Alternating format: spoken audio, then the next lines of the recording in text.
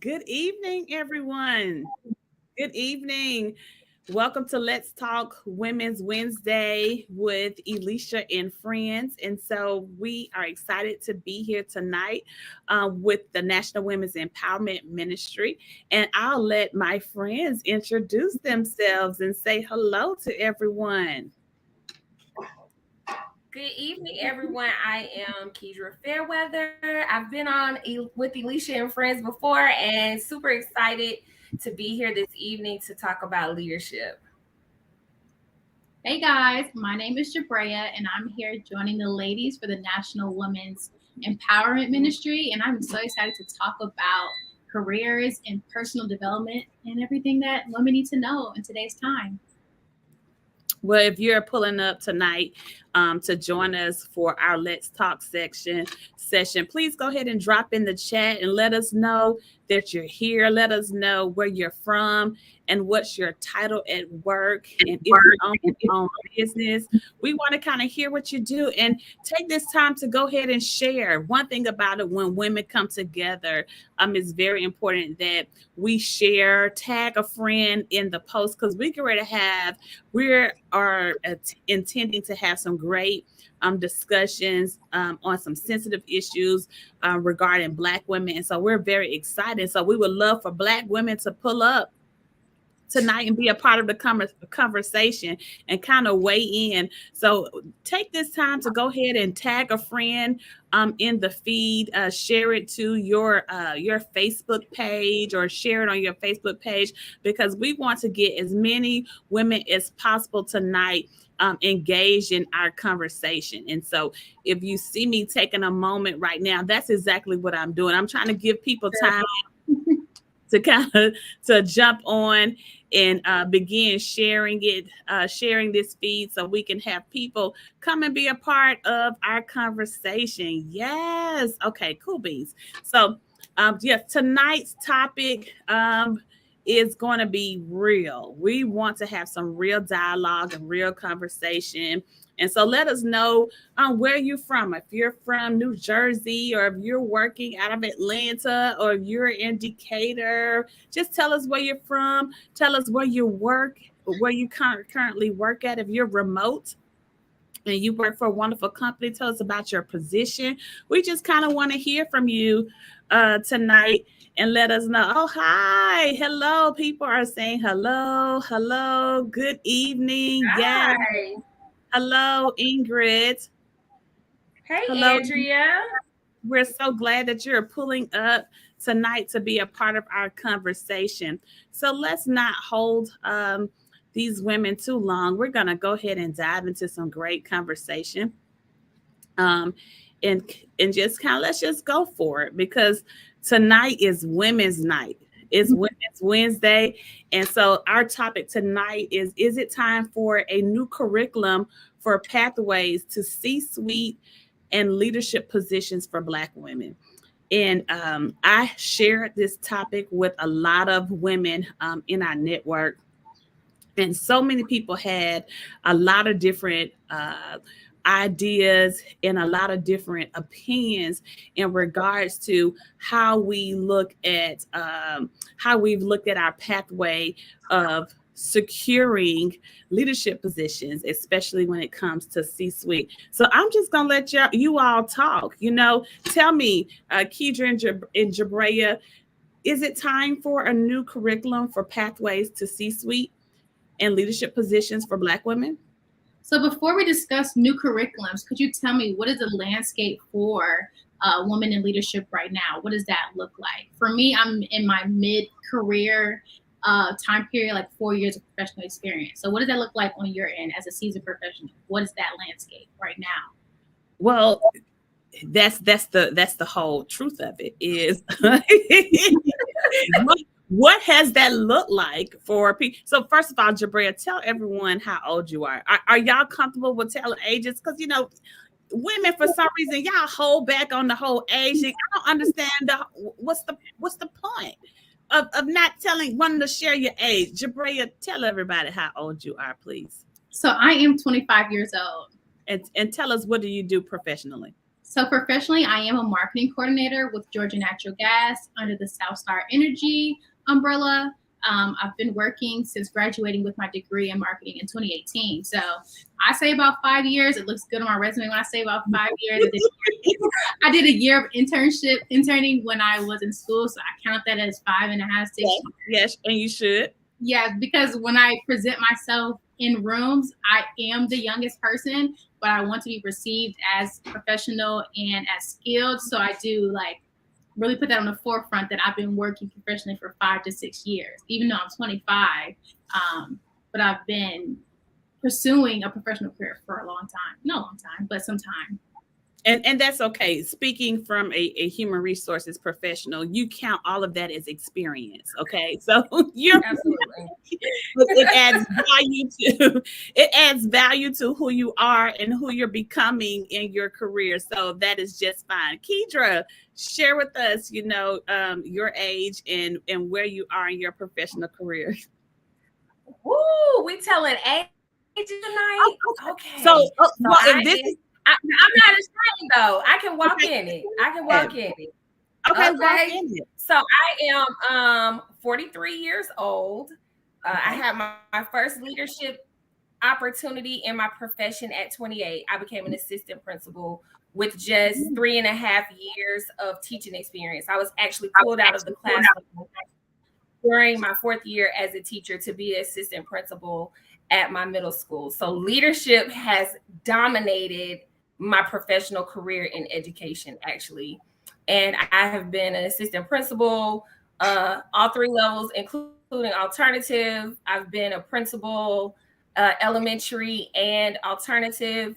I've worked district office 3 times, one as a assistant principal who only worked under the deputy superintendent, right? So who is an assistant principal deputy, but that was just an opportunity that was afforded to me in that space. And that'll come up later, right? Because that was all about mentorship and sponsorship and being positioned and connected to the right people to align me and create space for me in the room.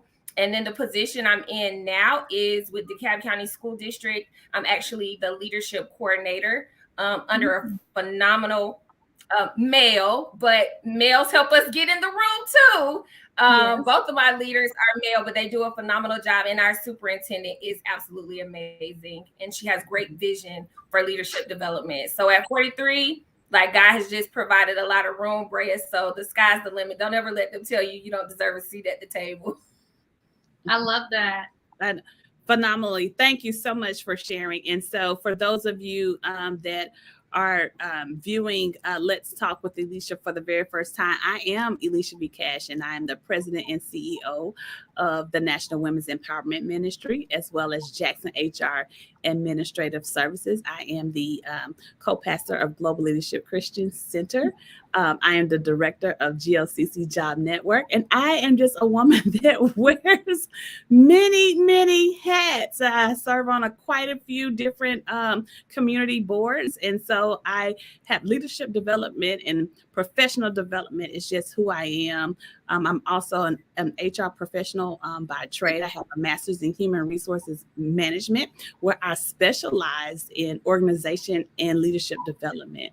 And so those are the things that I enjoy doing. Those are things that I'm passionate about. And I have a calling to women in ministry and women in business and women in now corporate America. So I love what I do. And so that's just a little bit about me and the people that have joined us tonight. So back to the original question. Okay. Yes. Is it time for a new curriculum for pathways to C-suite and leadership positions for Black women, Kedra?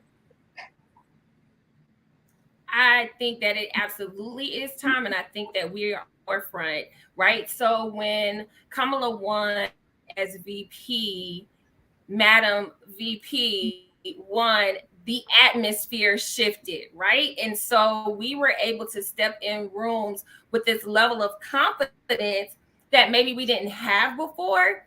And what I have recognized and what I have seen just in the profession of education is that superintendents, especially female African American superintendents are being very intentional about creating room at the table. So in the work that I do now, our superintendent has done a great job of partnering with our department to create a plethora of leadership opportunities for people who are interested. So if you're aspiring, if you're sitting in the seat, and if your skill set needs to be tuned or well tuned, the pathway comes to me through the vision of the leader, right? Like, are you willing to share the space? And when I think about share, I came up with an acronym. Do you see the potential in others? Can you hear what it is that they want to do and aspire to in their future?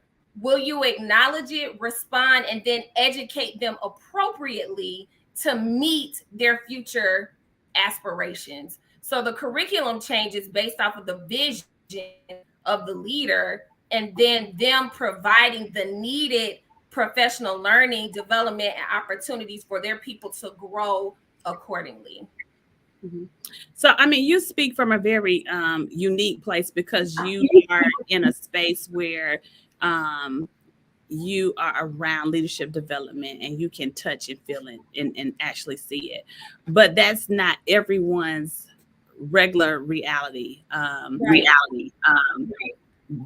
Sometimes Black women in middle management staff positions, do they have access to professional development that they need to advance in their careers?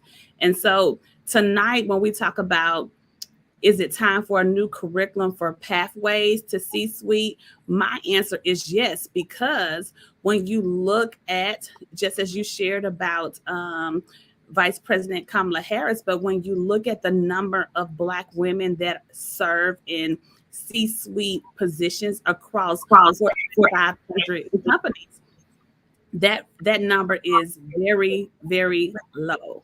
So to me, there's not a pathway for those particular positions that is equitable for everyone, because if so, we would see more numbers, we would see that data. And then also, when we talk about even leadership positions, if there was a clear pathway for Black women, we would see more Black women flourishing in those high level leadership positions. And we're just not seeing those numbers like we should. Right. So absolutely. And I go ahead. Yeah. So I started with yes, right? And I was giving an example of how I'm seeing it to come forth, right? That the vision for the pathway starts at the top, but how do you, as a middle management person, influence that change? And a lot of times we sit in places in middle management where we may have opportunities to influence change, but we don't always take the courage to step forward and ask for what we need, right? And so what I've found in the position that I'm in is that the change has to come from the top and the middle management person seeking to align their vision about what people's needs are. And once we align what the need, then the development of the pathway takes place. And I'll speak that from just a personal place. I sat in a job for middle management as assistant principal, and sometimes the principalship can be seen as such. And often we are in positions where we don't ask for what we need, right? We are not requesting opportunities for growth. We become very comfortable where we are. And so I think that part of a management person's job is to learn or surround yourself, like in the National Women's Empowerment Ministry, with people who encourage you to learn how to advocate for the learning and pathways that you seek to experience. So Kedra, is the development based on your networking, your skill set, or your years of experience? What is that? Is it having a personal relationship with people at the top? Is it bringing those skills to the table? Or is it having 10 years of experience in the field? Which part of the development is needed to move to that next level? So right now where we are, it's a little bit of both. Like, we are not there yet. I think that's the huge push in the work that we do as an organization. We have not arrived. We still have a lot of systems where it is the good old boy network that gets you to the table and gets you the opportunity. But I think that as Black women, we have to learn how to rumble. If anybody's reading Brene Brown's Dare to Lead, it's a great book that teaches you how to build trust, be vulnerable, and live into your values. And part of your values are advocating and speaking your truth in leadership places. It doesn't always work, right? Like I was on a call today with a sister who was struggling because in her space, she spoke into her truth about her needs and it didn't work. But it is the risk, right? Like Pastor E is always pushing me like, Key, take a risk, write the letter, ask for what you need. Those risks that people encourage you, your network is so important because that's what sometimes gives you the courage to push the bar and have influence, and then teach you the strategy to influence to see the change for you. And it can't be a selfish feat. It has to be something that is about you and your peers and those around you. When you're influencing these pathways, you are trying to create opportunities for yourself and others. So is that access through personal networking? Do I need to go out to dinner, drinks, and connect outside of the workspace? Or is that in a professional setting, raising my hand, taking initiative, leading projects? What does that access look like, Alicia? Mm-hmm. I'm really wondering, what does that access look like? Because I think it's beyond the boardroom of getting into that next space. It definitely is. Absolutely. So I'm going to speak from a networking and strategic partnership standpoint, because that's just my area of expertise. For me, if I'm looking to find a professional development opportunity that is not offered within reach, that means necessarily on my job, then I'm going to try to join a community that mirrors that particular unique space that I want to grow and be a part of. And so that could be through professional associations, that could be professional networks. But at the same time, we have to continue to align ourselves with people that stretch us. Be a part of networks and communities of people that push us and propel us to the next level. So that way we go back to what I originally talk about is mentorship and sponsorship and advocacy, right? So to align ourselves with those persons who believe in the power of doing all of those three things, to pay it forward or to push other women forward, to make space for other women. Those are the type of communities that we have to begin to align ourselves with to engage authentic professional development that pushes us to the next level. And that's one of the things that the National Women's Empowerment Ministry does. It's a safe place. It's a platform where we're not in competition, but we believe in the power of collaboration and supporting one another in a space that says, hey, I think I have what you need, or I may know someone that has what you need to help you get to the next level. Did that answer your question, Jaraya? Yes, I answered it perfectly. So can I just throw a question? Bray, I want to throw a question. Pastor E, is that okay? Yes, go right ahead. Okay, Bray, I just am curious to know from your perspective, how are you navigating this space? Like, what are you finding in the work that you do when you're doing your network or you're trying to gain professional development that's working for you as a millennial? Right. So as a millennial who's working to become mid-management, because I don't have a management title right now, but that is something that is on my goal list for 2022. Definitely leveraging my connections and my networks has been one thing that I've been utilizing on the forefront, because I'm realizing that as cliche as it is, it's not what you know, it's always who you know.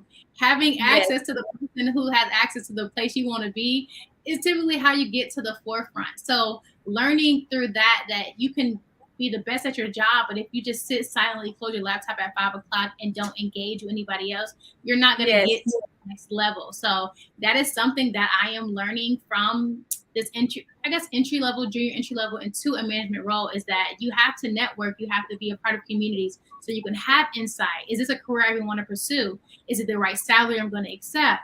Is the opportunity available at these Fortune 500 companies? Should I be in a smaller agency? What works for me? I won't know these answers until I'm inside of a community with women who have access to that information. And that's very key, and it's very key because it's important for us to be in the room with a diverse group of women. You know, diversity in age is very important. That's why it's very passionate. It's a passion of mine to make sure that that we see some equality even amongst Black women, that you see diversity in the generations.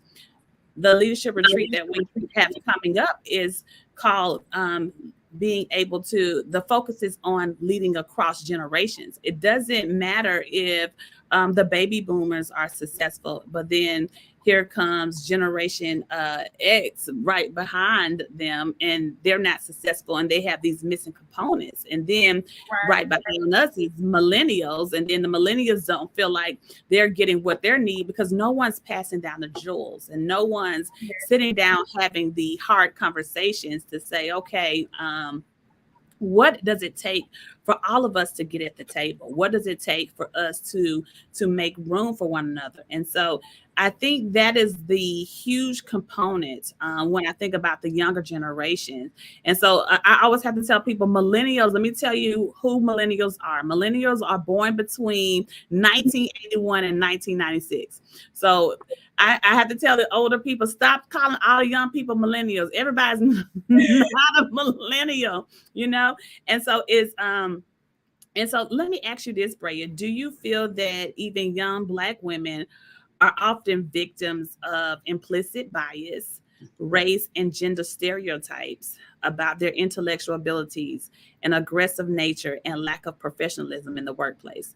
Is that something, because, you know, of course, the older generations, we've encountered it, but sometimes it seems as though that the younger generation is moving as if they don't experience these same types of walls. So talk to us a little bit about that, because I'm just curious to hear your perspective. So, I mean, you've been my mentor for the last 10 plus years, so I have your insight. So I do have a cheat code into this experience. So I do have a head start in that aspect. But when it comes to maturity, there are small things that I do to make myself seem more mature or more advantaged. Like when I'm on Zoom calls, this is really crazy, y'all. When I'm on Zoom interview calls, I put on a ring on my finger to seem more mature, to seem more seasoned. I know that's really crazy, but it's something that I read online, like how women are perceived. Single women are perceived to job hop more than women who are in committed marriages. So I've been using that tactic. It's so crazy.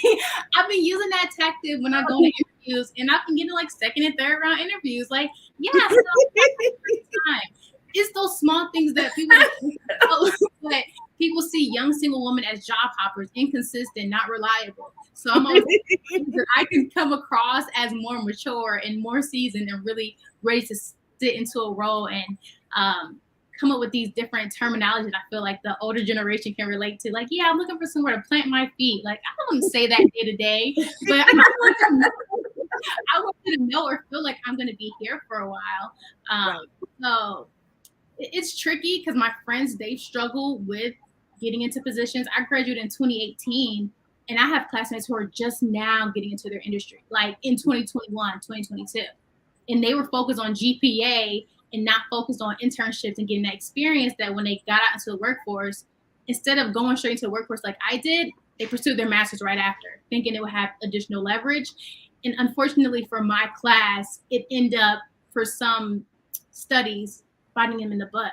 So many people have different pathways, and it's really hard to say what is best to do. Do I go and get my master's right after? Do I go get experience? Who's going to give me experience? Entry-level jobs are saying you need 2 to 3 years experience to join the entry-level team. It's entry-level. I'm entering. I should have to have 0 to 6 have 0 to 6 month experience to be in the room, but we don't have that opportunity everywhere. So it is difficult for a lot of people who don't have the mentorship access that I do. DD Muhammad says, I agree. It's so great to see Black women in leadership positions and not be intimidated by those in higher leadership positions. It will be great to have a pathway to influence middle management. And thank you, Jabrea, for sharing that. And so that is the reason why the platform for the National Women's Empowerment Women's Leadership Retreat is so important, is because it affords us the opportunity to talk about the things that Jabrea, that you have faced, talk about the things, Kedra, that you have faced in your career pathways and mine's as well. One of the things that I like about our expected outcomes, because you have to put those expected outcomes out there for people that are interested, is that we're identifying areas for professional growth. That's number one. Number two, extending networks properly and understand the power of networking. That's my department. How to extend your network properly and how to understand the power of networking. Enhancing our professional identity. So Jabrea is going to help us with a little of that. And I thought I saw Dr. Emily Massey as well. She will be speaking about professional presence, that women should be seen and heard. So we're excited about that session as well. A greater understanding for promotions process and how to negotiate salaries effectively. And so we have found that that has been a place that Black women, because of the pay gap, we haven't kind of mastered that skill of negotiating our salary. We take the first thing that comes across. Okay, good. Okay, I got the job, but what does it mean to come back to ask for more? And it's okay that you ask for more, right? That's intimidating. It's intimidating, but my generation has been doing a good job with just talking about how much you make. Like, I think millennials really start that transparency. How much is your rent? How much do you make? Versus our parents, they were very hush-hush about how much they made and how much their expenses were. We're more open so that when we go into a room, I know not to accept $50K. I know that the starting rate is $80K, not just through Glassdoor references, but from somebody I know internally who has the role, because I can't live off of $50K in Atlanta anymore. So I shouldn't accept the $50K role. But if I don't know that the $80K budget is there, if I don't know to ask for the budget range instead of just putting my cards on the table, then I'm going to be accepting the lower end. But if I don't have access to networks to share that insight with me, I'm not going to have access to live, because I can't live on $50K, unfortunately. So it's not only a professional thing that you need to have, but also their livelihood is dependent upon having access to these tools and these people and these networks so that you can ask for the salary that you can live and thrive on. So if go ahead, Kedra. No, I was just going to say that I think that there's a really good point to acknowledge that more transparent, right? And that you all engage in conversations that typically our generation didn't engage in, which to me gives you more fluidity and movement, because you have this body of knowledge when you're stepping into the room and you're sitting at the table. Like, I have a mentor, she was schooling me the other day, like, Miss Kedra, this is not working for me. I've been here I was like, you've only been here for 9 months. She was like, but it's not working. And so I have to go do something else. And I said, what gave you the courage to do that? She was like, you all taught me that I am valuable and I need to work in places where I feel valued, right? Whether that's finances or having a voice in the work that I do. So I appreciate that about millennials every day. Y'all inspire me with that. I'm like, I don't have to stay here. The millennials not staying. Wait, so then I have to challenge our viewers. Be honest. What is the title of your role? And then what is your salary range? You can give me like a 20K range, but like, let's have transparent conversation right now before we move to the next topic. What's your title? And then what do you make? Like, for me, I'm a marketing coordinator and I make $25 an hour, which is about 50. I just got my taxes back. I made 51K. I made 51K last year. And when I signed the contract, I'm like, oh, this is 55K a year. I didn't even think about the taxes. So for me, as a marketing coordinator, I'm making $25 an hour, so about 51 to 55K a year. But now look at the market, and that's not even the value of a marketing coordinator. It's lower, but because I luckily had a Black woman who told me to go and ask for some more money, I was able to leverage that and tell my recruiter, hey, I know you offered me 22, but I would accept the offer at 25. Can you give that to me? And she said, yeah. I didn't even know that I had the power to ask for more money. Yes. And looking back, when I accepted that 2 years ago, I would be struggling on $22 an hour. I know it's only a $3 difference, but it's a major difference to have somebody advocate for me and say, actually, you need to go ask for some more money. And the only places, and being able to share those jewels, how do you do that? Oh, it's one thing to think, oh, I should ask for more money, but it's another thing to have someone validate, to say, oh, you should go back and ask Yes. for more money. Miss Spike says it Yes. takes women in these positions to open the doors for upcoming future leaders and to be a mentor in some capacity.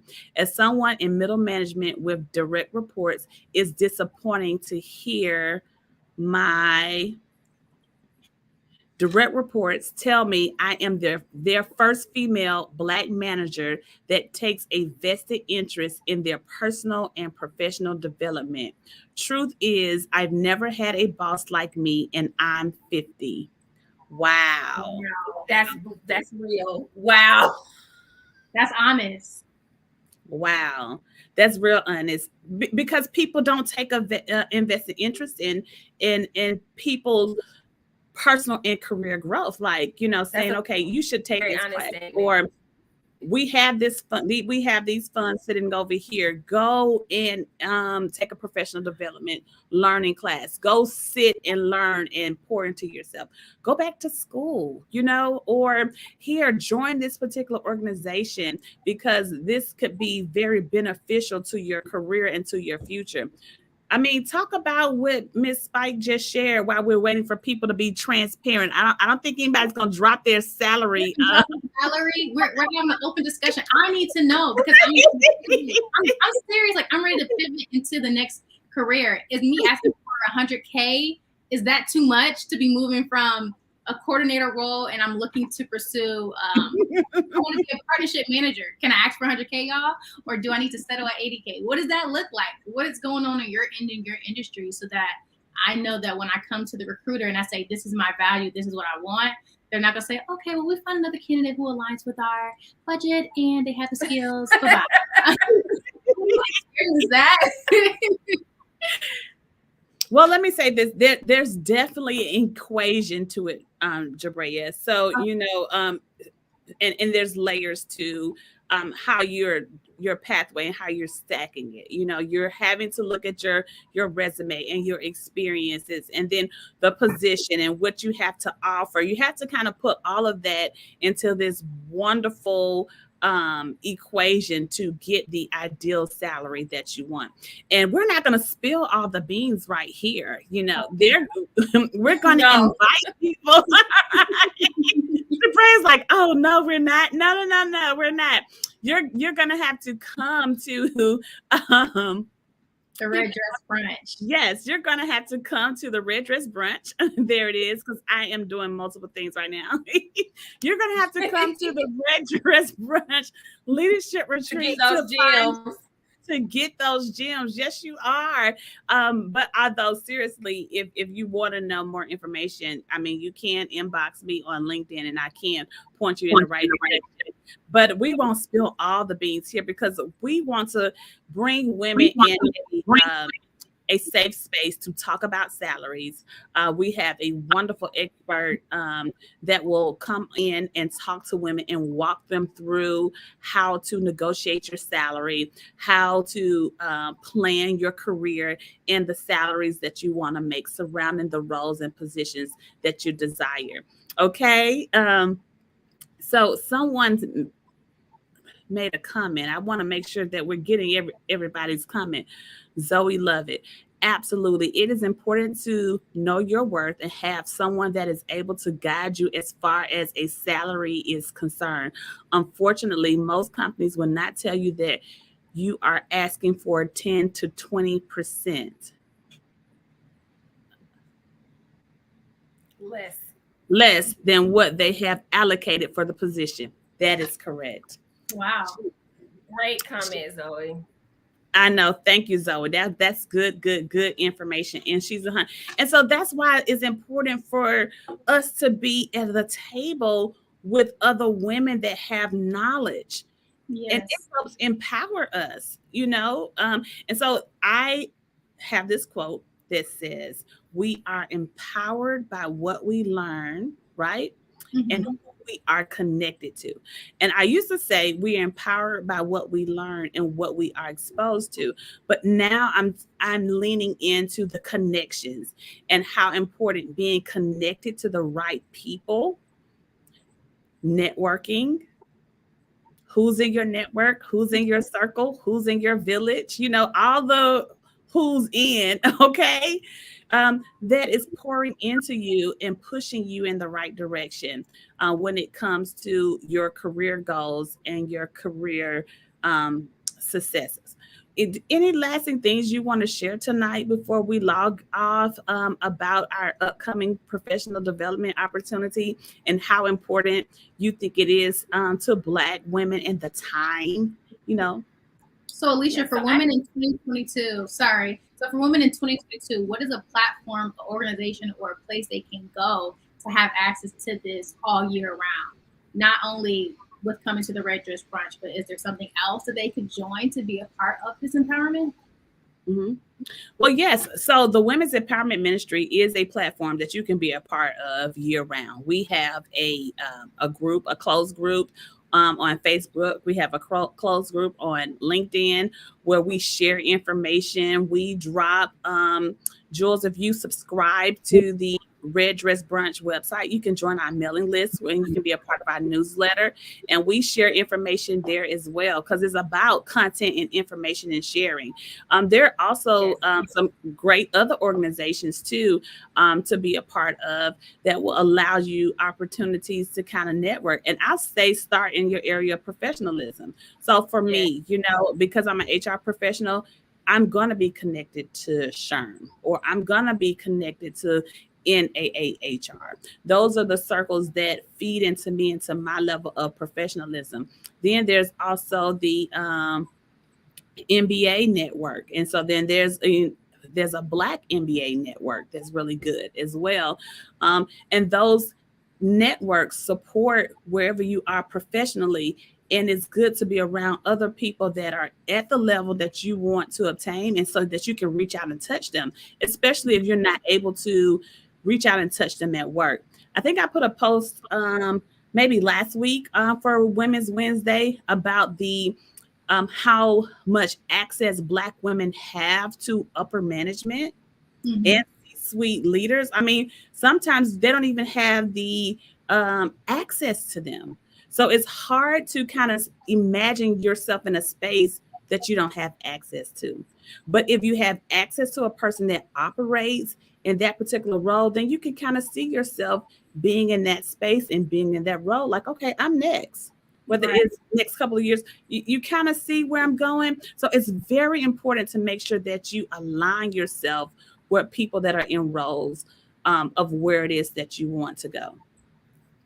Thank you so much for that insight. So where can we, is there a website, a centralized place that we can go to join the Women's Empowerment Ministry? Well, it's rolling right below us. So if you see register today, Red Dress Brunch Leadership Retreat, reddressbrunch.com, all that information is right before us. Please go out and subscribe to the web. Well, yeah, right below us. If you go out and subscribe to our website, that information is so available to you. Keidra, anything you want to share or any questions or lasting impressions?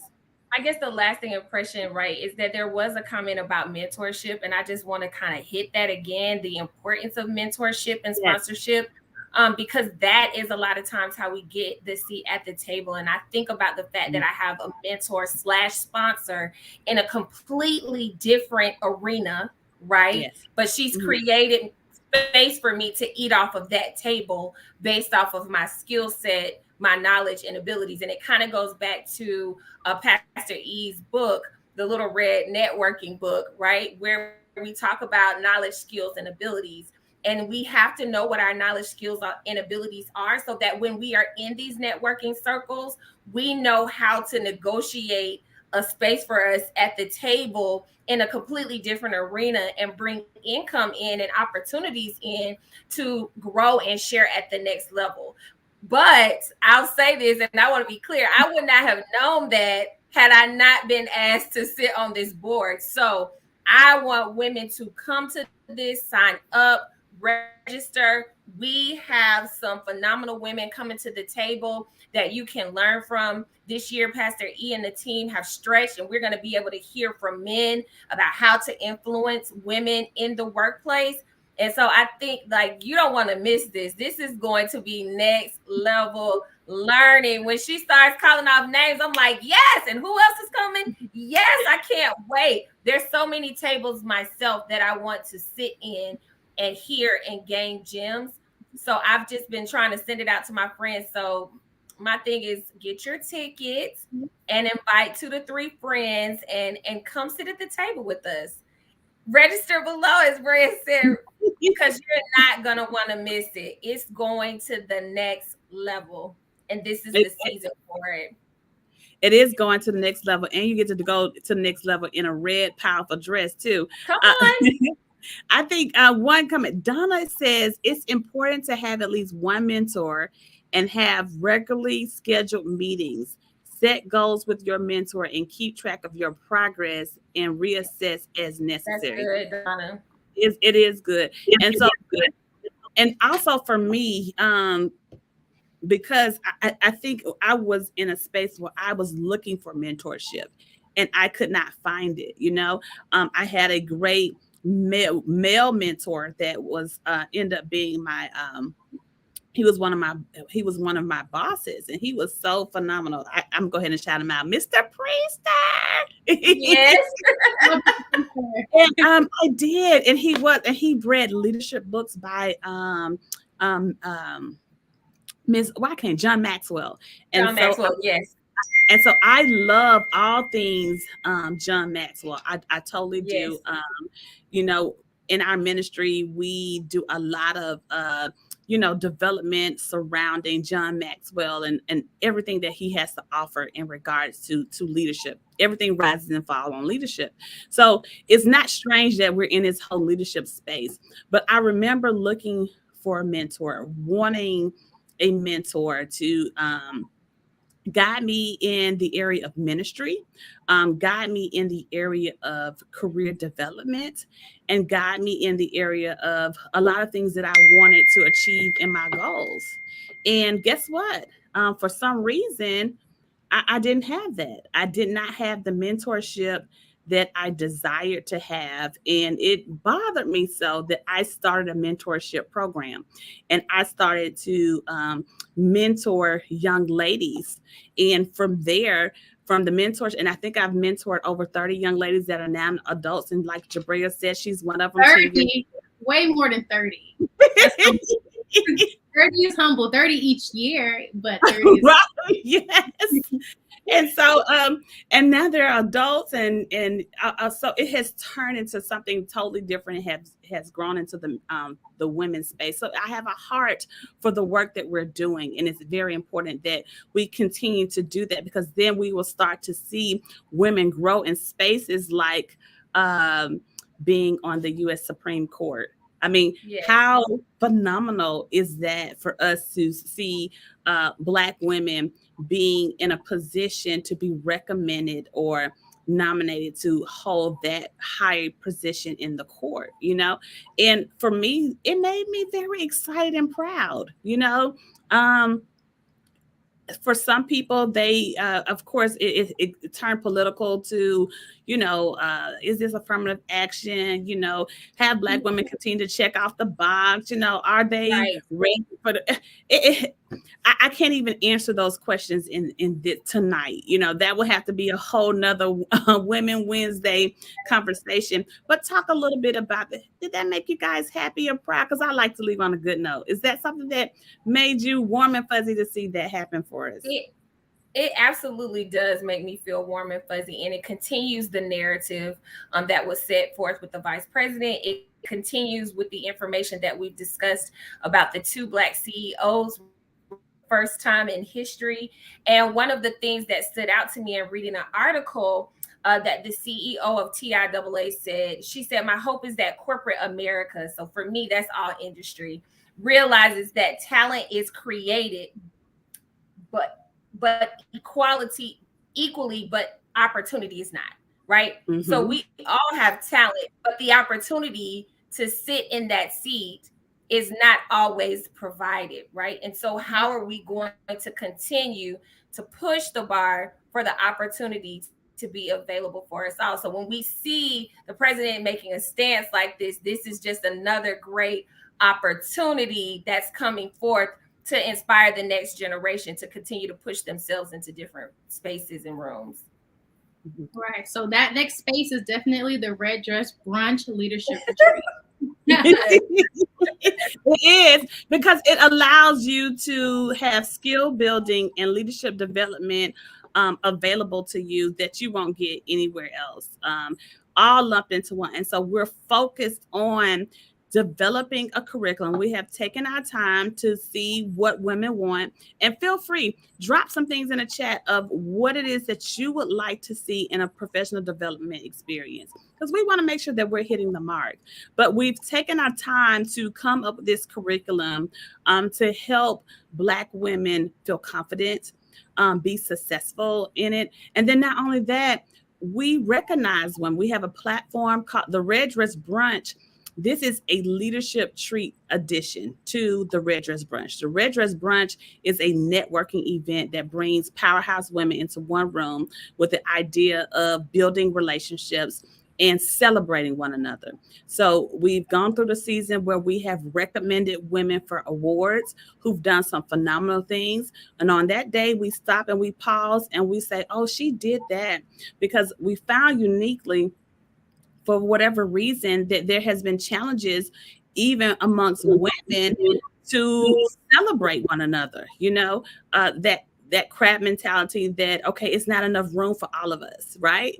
And so we have to compete with one another. No, we don't have to compete. What are we competing for? We could celebrate one another. I'm not your competition. I'm your cheerleader. Right. And so I think that is the space where we have to start, where we have this safe space that we can celebrate one another genuinely, support one another. And that's what the Red Dress Brunch does. It's empowering and it's contagious, because when you leave with the heart of the matter of what it means to sit at the feet of women that are successful, but say that and say, you're next. I see you, you're next, you're successful, and there's room for you at the table. So make sure you go out there and register, be a part of what we're doing.